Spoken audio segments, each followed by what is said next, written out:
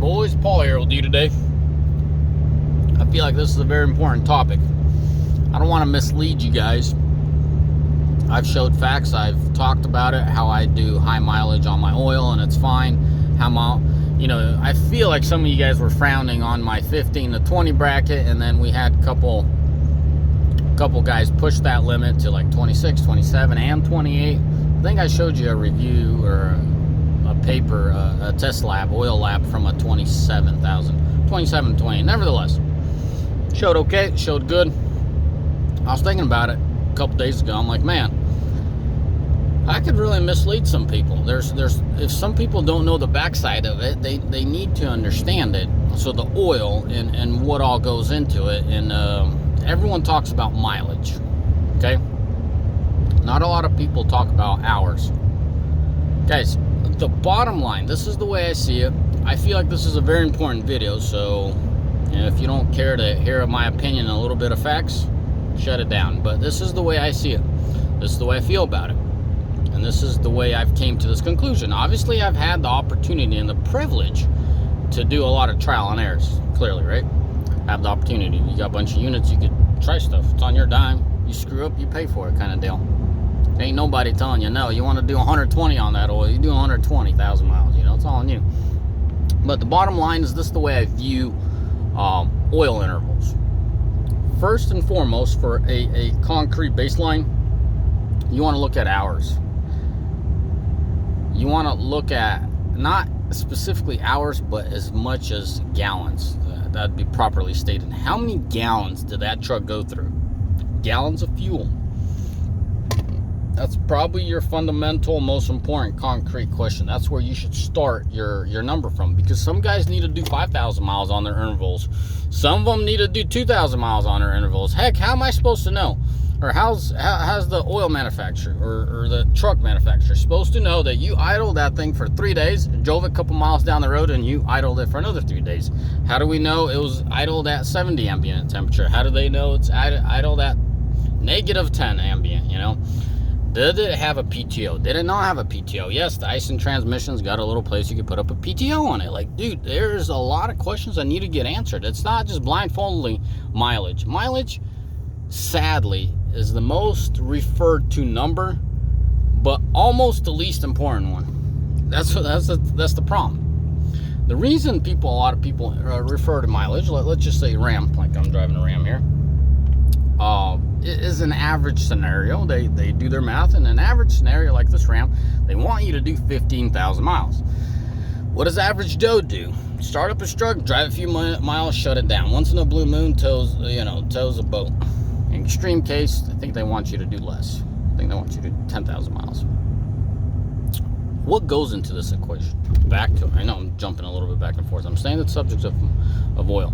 So, fundamental, you start with how many gallons of fuel has that engine burnt?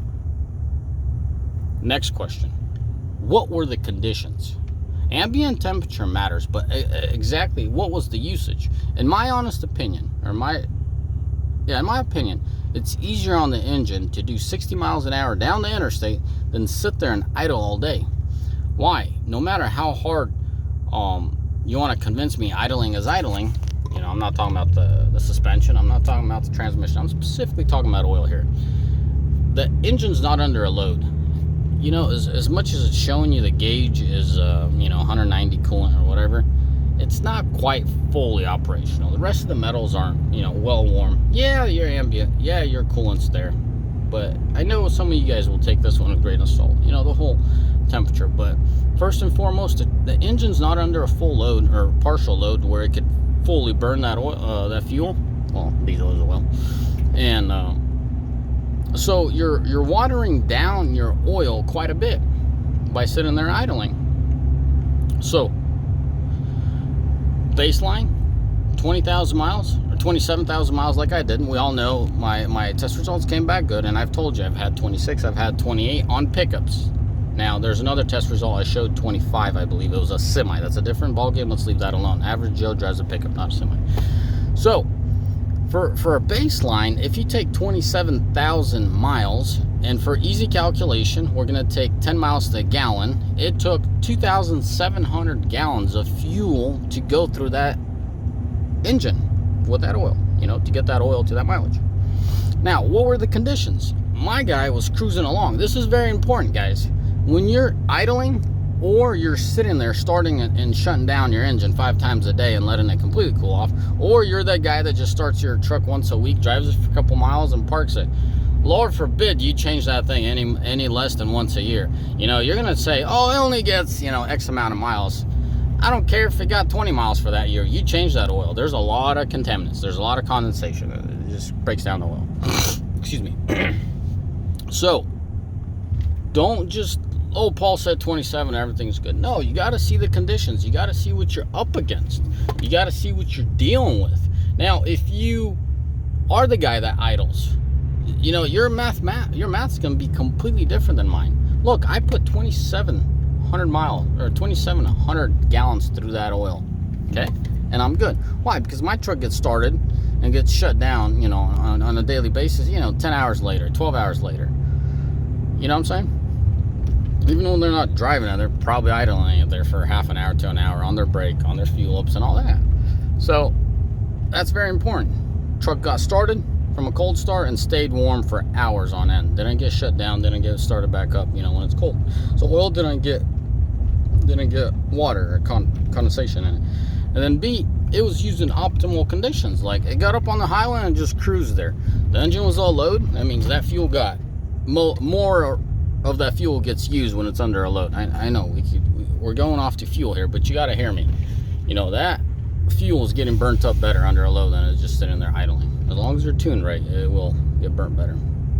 So, yeah, it's probably my 5th take. People keep blowing up my phone today, but I want to make sure I covered everything. You got mileage as an idea, but as a foundation, you need your gallons put through that engine. And as I said, I had 27. You know, I'm on the way positive. I'm way on the well side, because next question, was it start and shut off 5 times that day, 10 times that day? Yes or no? Did it heat up, cool off, to heat up, cool off? That's not good for an oil, especially that many times. Now, are you idling that engine? You know, that's another ball. You know, that's another question.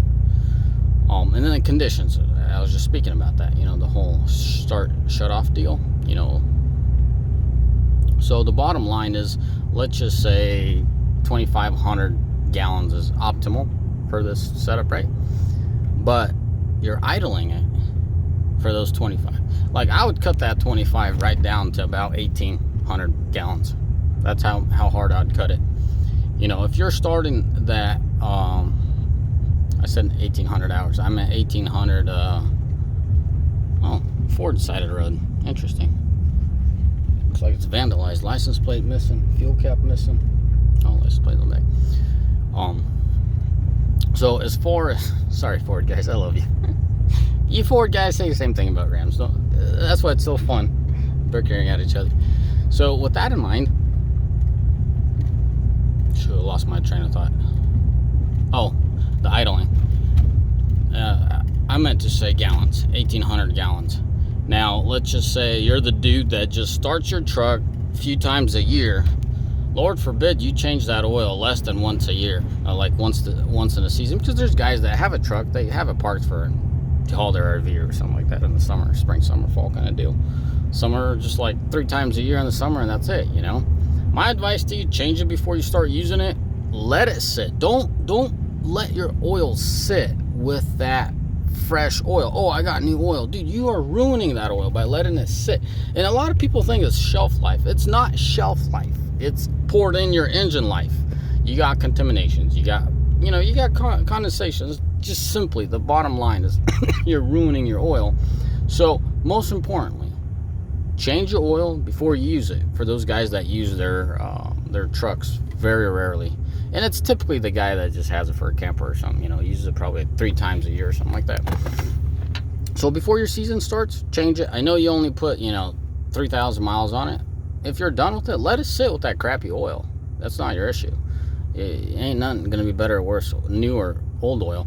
But throughout the time while it's sitting through, late fall, winter, and coming into spring, you're ruining that oil, letting it just sit there in a cold engine. But right before you're starting to use it back up, right before you're going to use it again, change that oil out, use it with fresh oil. Don't use your truck and then put new oil on there. Like, I can't explain how dead end and well, if you don't know, you don't know, but that's no. Change your oil before you use your truck and let your truck sit with that old oil. And then, because a lot of guys, like, I got families like, yeah, I'm gonna finish using XYZ and I'm gonna change the oil so I'm ready for spring. No, let it sit with that old oil. In the spring, change your oil and start your truck up. By running your truck, by running that oil, you're getting all the extra moisture out of the oil, or whatever you want to call it. That water is getting out of there. So anyways, guys, people keep blowing up my phone. I gotta wrap up this video. Anyway, so that's that. Run down the basic fundamentals. Everyone looks at mileage, vaguely important. Most important, your foundation. Let's just take it 2,500 gallons through that truck. If you're getting 10 miles to the gallon, you're gonna get 25,000 miles. Well, if you're I'm talking about the life of that oil, not just on the highway or just in the city. I'm talking about from the point you put that oil in, you keep track of your fuel. A lot of guys laugh at me, or they don't laugh at me. They're like, oh, you don't buy XYZ to look at gas mileage. Guys, I'm a lead foot hard rock kind of guy. When it comes to my pickups, I hook up, I chill the heck out. But on my vehicles, it might be the supercharged Mercedes, it might be my Escalade, I look at gas mileage, just the health of that engine. Like this truck, what's normal? This truck actually gets pretty worse gas mileage compared to the 4Gens. We'll talk about that later. But gas mileage indicates so much. Know what your vehicle should be getting and what it's capable of. Optimal, or on the positive side, and on the negative side, what is it? What is it capable of? Man, I got so much to talk to. Like, I could talk to you guys for another 20 minutes. How I found all these problems with my 7.3 while I was at hauling. It was all gas mileage, just the most telltale sign. But a recap, and I'm done, guys. I promise. So, gallons put through that engine, what that dictates your oil life. Okay, and then from there you go backwards or forwards. Like in my case, it's optimal conditions. The truck gets started and just cruises for those miles. Doesn't get a couple blocks and shut off. Doesn't make it quarter mile and gets shut off. It keeps running. So that's why I could rack up high mileage. And then if you're the guy that idles the truck, you're like a contractor or a roadside guy, you always got to have your truck running or got to have your PTO going. Man, cut that mileage the heck down. Like, I would cut them gallons from 25 to about 15 if you're running a PTO and your truck is just always idling. That should help you guys. If you guys want to see the mileage that I'm seeing out of my trucks, obviously it helps. It most definitely helps those highway miles. You just can't compete with highway miles. It's like, it's crazy. I got a truck that almost has 500,000 on it. Doesn't eat more or less any oil than the truck with 150,000 miles on it. You push it hard, it'll burn a quart. You baby it, it's fine. It keeps its level. That kind of deal, So I'm shooting in the dark here. I'm taking a stab at it. If you idle your truck all day and you just drive it around town, depending how big your town is, I would not do anything more than 5,000 miles on that engine oil. I'm going back to mileage. A lot of people refer that. If you're an average Joe that drives your truck to work and you at least keep it running for 15 minutes on the interstate a day, I'd use the recommended, 15,000 miles. And if you're a guy that drives your diesel hours on end, just depends, what are you doing, what you're hauling. As long as you're running on the interstate, okay? There's a sweet spot. You're empty, you're semi-loaded, you're really loaded, and when you hit the overloaded, I really think as soon as you start pulling 16, let's call it 18,000 pounds behind the truck. So in my case, it would be 6,000 pound trailer and 12,000 pound load. Anything over that, it starts, gas mileage starts dropping really hard, and your gas mileage drops, your oil life drops. Simple as that. That's the best way I can put it. Yeah, that's it, guys. As always, may the Lord bless you. May you all mighty fine day, and let me know in the comment section if you want to hear more of my concerns. There's always two sides to the street. You always got to look both ways, man. If you jump in your truck and you don't change that oil for 10 years because Paul's fine at 27,000 miles, you're not going to make that 10 years, even though you intended to. You're not going to make it. Even that Cummins isn't going to make 100,000 if you go for 27,000 miles and you just idle the piss out of it all day for 27,000 mile intervals. Anyways, boys, as always, may the Lord bless you. May the Almighty find day. I'm out. God bless you. Bye.